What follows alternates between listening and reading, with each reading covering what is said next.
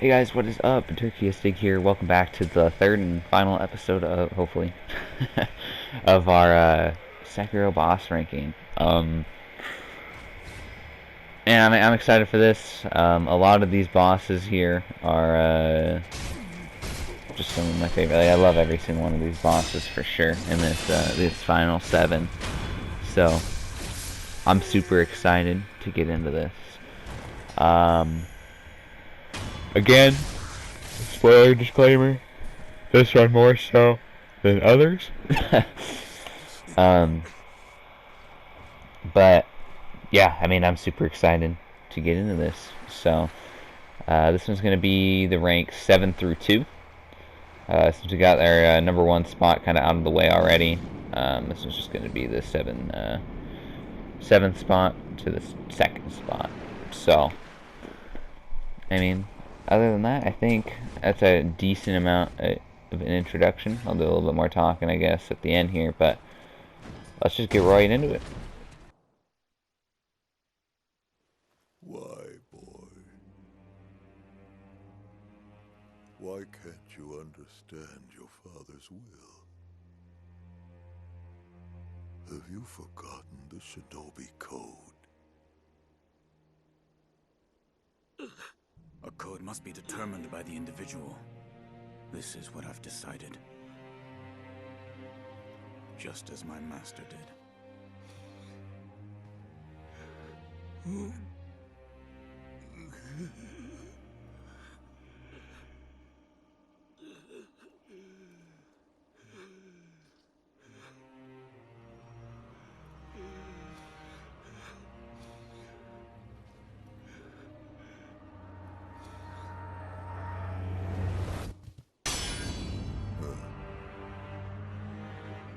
Seems you've grown, if just a little.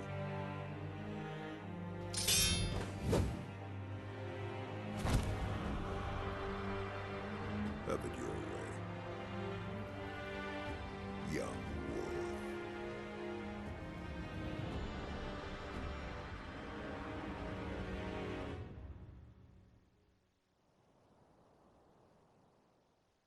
Enough talk. Okay, so kicking off this video, we have Owl. This fight's great. This fight is a great fight. Now, I'm gonna be honest, I didn't have too much trouble with this fight when I originally was playing through the game. I remember beating this boss like my second, third try. It wasn't too bad. But almost every single other time, every single other subsequent playthrough, I have struggled with this boss. I don't know what it is. And my best guess is that he's you. You know, it's the closest to fighting someone like you in this game. So a lot of the time, the enemies that you fight are kind of like typically like bigger things, like the Guardian Ape or something like that, or a samurai, you know, like Gyoba or stuff like that, or other like people that have their own little tricks. This guy you're pretty much just fighting another shinobi, you know, because that's what you are doing. So it's a lot like you. He has the Makiri counter, which takes away your ability to kind of thrust attack unless you're being smart about it. He has firecrackers, which can do a little bit of damage to you, and he can use an attack that basically almost one-shots you whenever he does it. He hits hard. He's fast. And I mean, I think one of the bigger things about it is that he is harder. He's a boss that is more, I want to say, health-based than posture. Because his posture comes back so fast. I think the main thing with him is that he's one of those bosses that you have to weaken and get their health down a lot before you can really get the posture going. I mean, you can do it, it's just really a lot harder. So, I think that's why he doesn't really have a lot of moves that are super punishable. Like, he doesn't really have any like sweeping attacks that you can jump on him and punish like that, or he doesn't really have any things that you can like thrusts that you can Makiri counter. So he doesn't really have a ton of stuff that leaves him open or allows for a bunch of posture damage at one time, which is unfortunate. But I mean, he's just an awesome fight. And like the story significance of the fight is great too, given that you're fighting basically your adopted dad. So kind of a yikes there, but he's a bad dude, so it's all right. But an awesome fight, and I think a really solid fight to kind of kick off our third video here.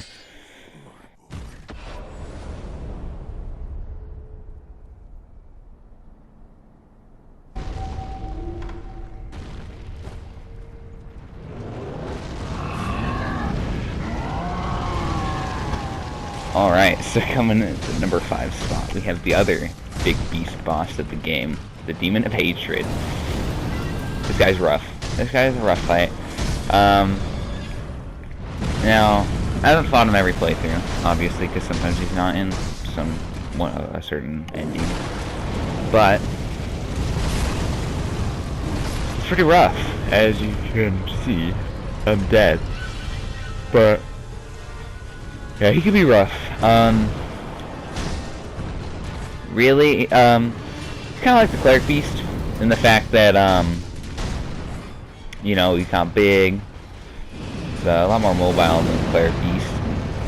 A lot tougher than Cleric Beast, but same principle. Stick to his booty with Cleric Beast, or in this case, stick to like this guy's like weird bulbous like pubic area.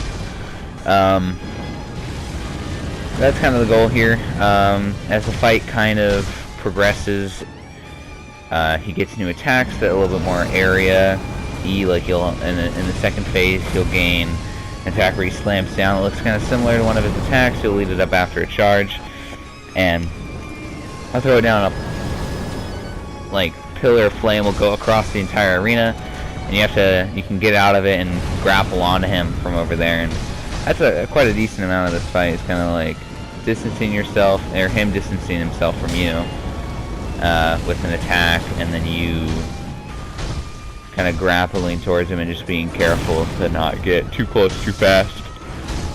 And then for this third phase, he gets kind of this ring of fire that he'll kind of stick you in. If you're not careful, he'll kind of wind his big arm around like crazy, and the big old ring of fire will go in. It'll trap you and him in there. It can be good to be in there, but sometimes it cannot be good. Like if he's in like the corner of the map, you don't want to be there. But if he's like out in the middle of the open, it's not too bad of an idea to be inside that ring of fire. But I'd say at the end of the day, you don't want to be in the ring of fire. That's just kind of I think the big old rule of that. But an awesome fight. The music for the fight is very unique. The fight itself is very unique, kind of like I said with the Guardian Ape, kind of a breath of fresh air. Really cool fight. And I would say a lot harder than, personally for me, a lot harder than Guardian Ape. But awesome fight nonetheless. And it is pretty sad that it is the sculptor as well that became the Demon of Hatred, unfortunately, that you have to put down. But it is sad, but awesome boss, and that's why he's at number 6.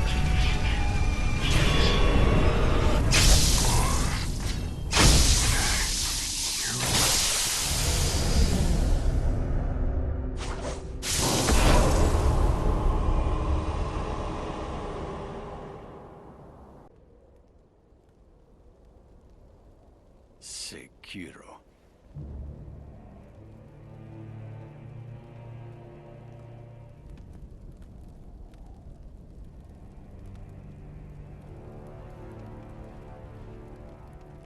You were a most unkind and inauspicious man.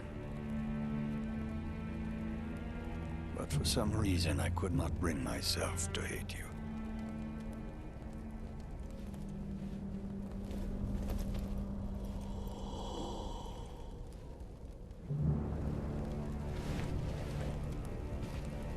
It seems I must cut you down before You fall to Shura.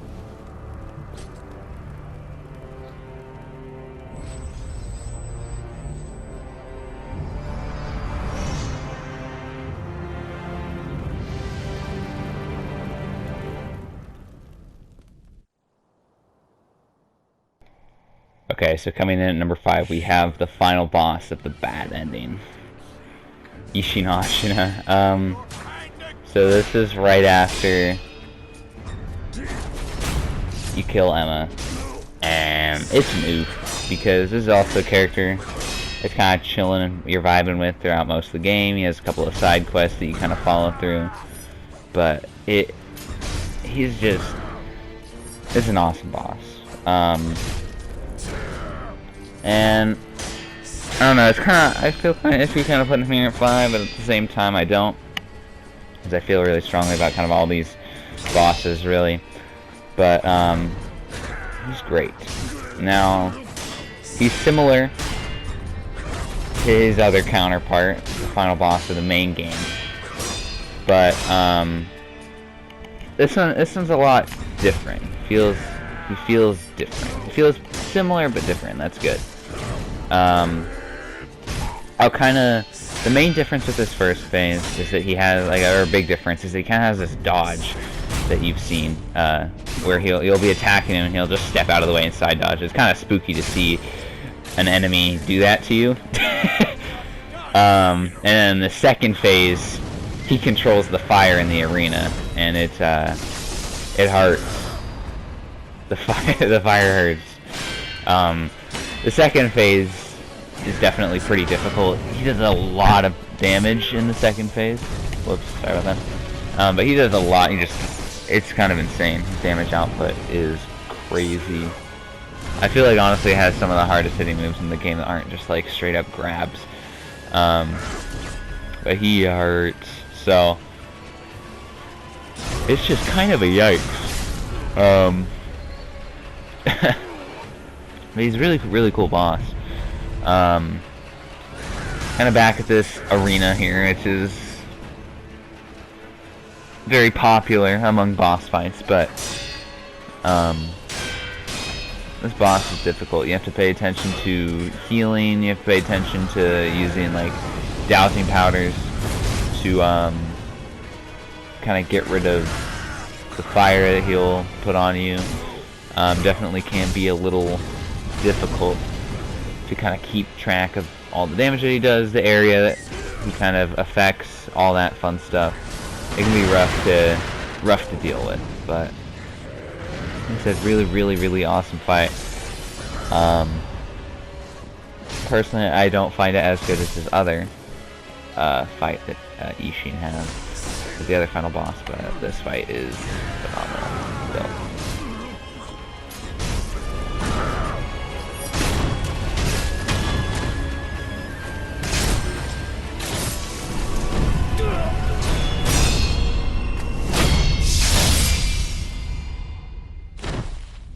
Sekiro, it was not to be.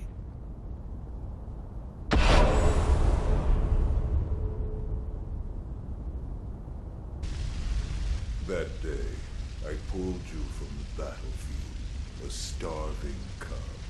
I had no idea what you'd become. Father, it breaks my heart that I'm putting you down. Okay, so this is the other main shinobi fight that gets added into the other ending that isn't a bad ending, but more of a good ending, but not like the bad. This fight just takes the owl fight and improves upon it. In my opinion, this fight, he's a lot more fast, aggressive. He's more punishable. I think the owl fight does a great job of kind of feeling like you're fighting up against a shinobi. This fight honestly kind of feels like some Neo stuff, honestly, with Owl's little guardian spirit thing that he uses in this second phase. But really awesome fight. He has some sweep attacks that you can kind of jump on and take advantage of. He has a big old thrust attack that he shoots across like the entire arena to go after you. nice way to kind of build up some posture. This fight's great. So this one you kind of go back to Harada, back in time to take out your dad. So this fight is very, very similar to the other one, but it's just what they add to this fight is great. Yeah, it's phenomenal. Specifically the second phase. The first phase is just like a faster version of his previous self. The second phase is where he kind of brings in his owl, little spirit owl thing that he uses, and honestly, it takes the fight, makes the fight a lot better with that whole thing.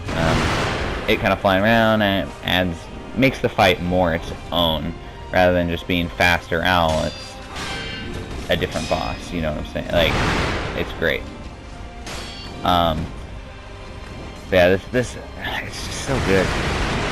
The music is even different from the other owl fight, and I like the music from the other owl fight. This one just kind of feels pretty good for this fight, I feel like. But I mean, other than that, it's so good. It's so good. It's so fast-paced, which I think is kind of what the other fight is kind of missing. I think it has a couple of moments like where he kind of throws out his little orb to stop you from healing. A couple of moments here and there that kind of make the fight seem a little slow sometimes. This fight is fast-paced and really, really good. Keeps you on your toes. But really, it's just a fantastic fight that is definitely deserving of the number 4 slot. It's not entirely unpleasant.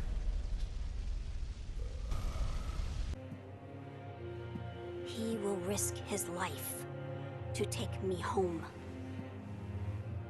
For he is my shinobi.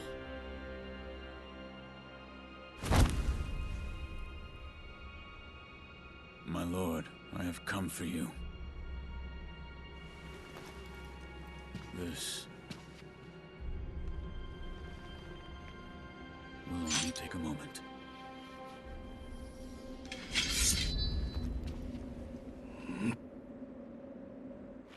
Let's see. For as long as you are alive, the dragon's blood can never be mine.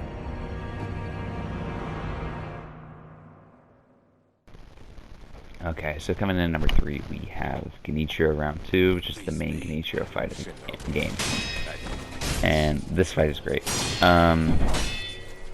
This fight is a challenging fight on your first run through, first time going through.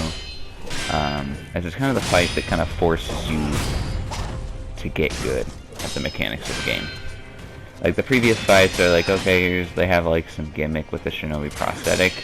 This fight is, you need to be able to actually play the game in order to beat this boss, and that's kind of the main point of this.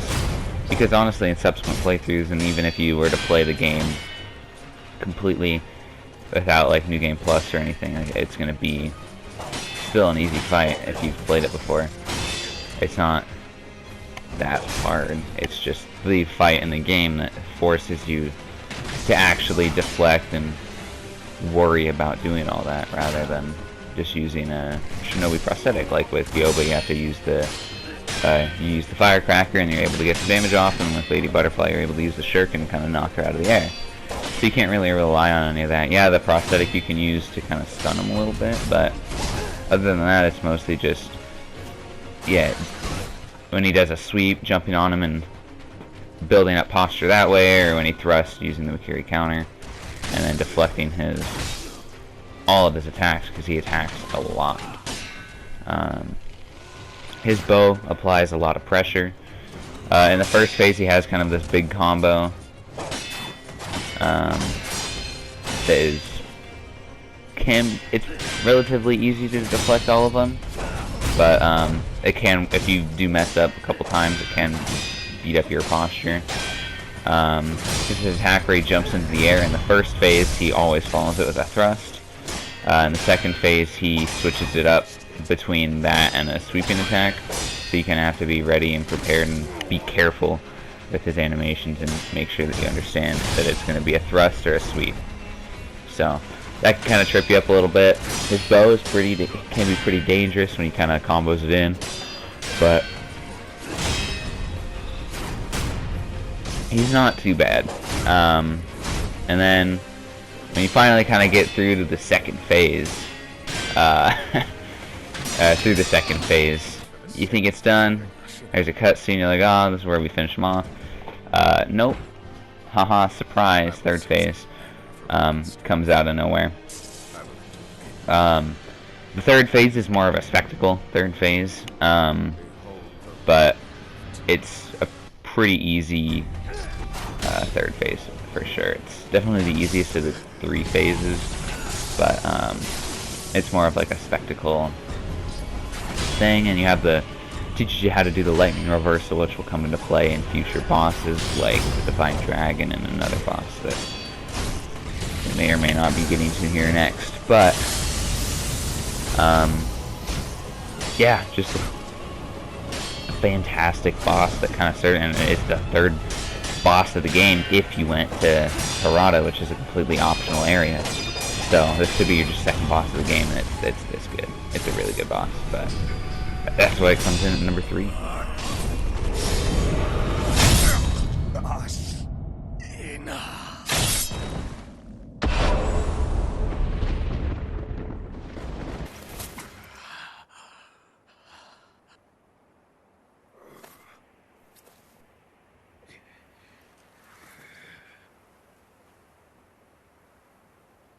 In the end,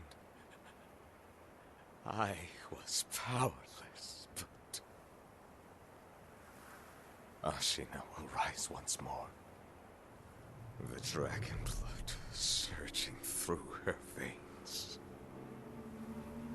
With this, Ashina's long night comes to an end.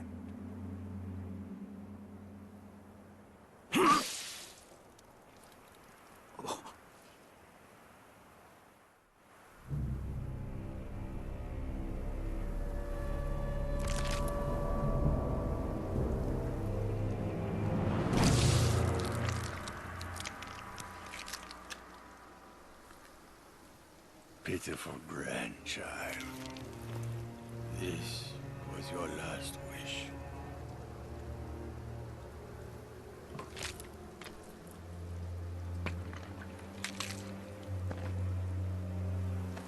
To see Ashina return from the great beyond.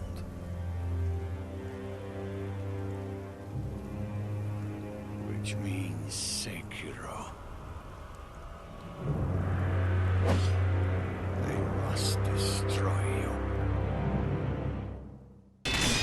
Okay, so coming in at number 2, we have Ishin the Sword Saint. Now this fight comes in after you take care of Genichiro. Genichiro is kind of the lead-in. You need to be, like, basically making this fight essentially a 4-phase fight. Just as Emma is kind of that fight for the other Ishin, that was Genichiro here. But this fight's great. It's the final boss of the game, or of the other 3 endings that aren't the completely bad one. But this boss is great. Obviously, since we already got the actual number 1 out of the way, this, I guess, is really the number 1, you could say. But yeah, this boss is great. The first phase is the phase that's kind of similar to the other Ishin. He uses his sword. He's pretty mobile. He's got some interesting attacks, but this is definitely the easiest part. This is the phase of the fight that I was kind of, when I was not as sloppy as this. This is the phase of the fight that I was able to perfect, so that way I could optimize and actually make it through the other phases. But it's just an awesome fight. It has, to me, it has the right amount of spectacle and the right amount of an actual fight. Because typically with a spectacle fight, it's all spectacle and not a ton of fight like Divine Dragon. Divine Dragon is a pretty solid example of a spectacle fight, but at the end of the day, the mechanics aren't going to be what you remember. Like, you're not going to remember the fight for how challenging the boss was, you're going to remember the fight for the spectacle that was the fight. This fight has both. It serves as the final boss, which typically final bosses in FromSoft games are mostly spectacle. Like you have Soul of Cinder from Dark Souls 3. The spectacle gets on that nostalgia from like the first game and stuff like that. But this boss is great.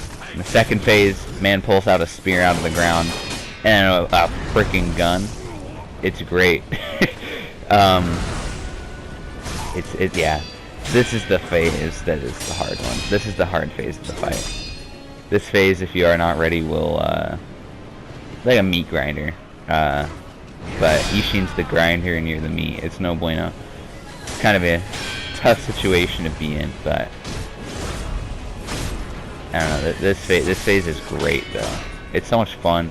I think the thing that really makes this fight so good is not only the fact that he's hard, but super fast paced. The music's great. You're back to this kind of arena from the very beginning of the game where you fought Nitro for the first time. And then, I don't know, and it just has like, I don't know, and the lightning in the background, it works so well. And then kind of that surprise twist of finishing off Nitro and then Ishin just coming out of his body.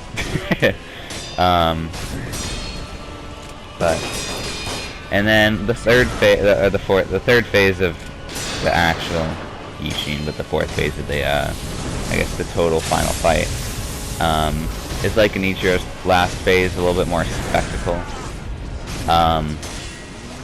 where he gets the lightning reversal, but pretty much the same as his third phase, just with like new attacks here and there, plus the lightning attacks for the lightning reversal. But an awesome fight. It's just one of those fights I just have a ton of fun with fighting every time. Like, a little worried, obviously, but definitely a ton of fun. I'm kind of happy because on this playthrough that y'all are seeing right now, even though it's really, really sloppy, somehow it was the only one that I've ever, I think, beat him first try. So I was pretty happy about that. But yeah, awesome boss. And a real kind of just test of what you've done in the entire game.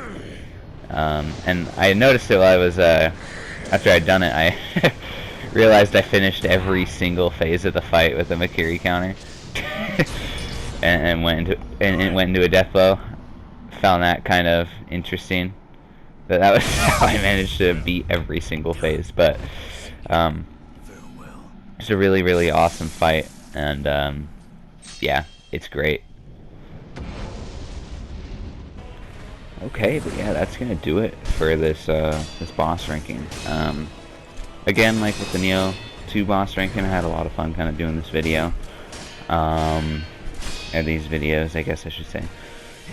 I don't know. I would like to do some more. I don't really know what I'll do.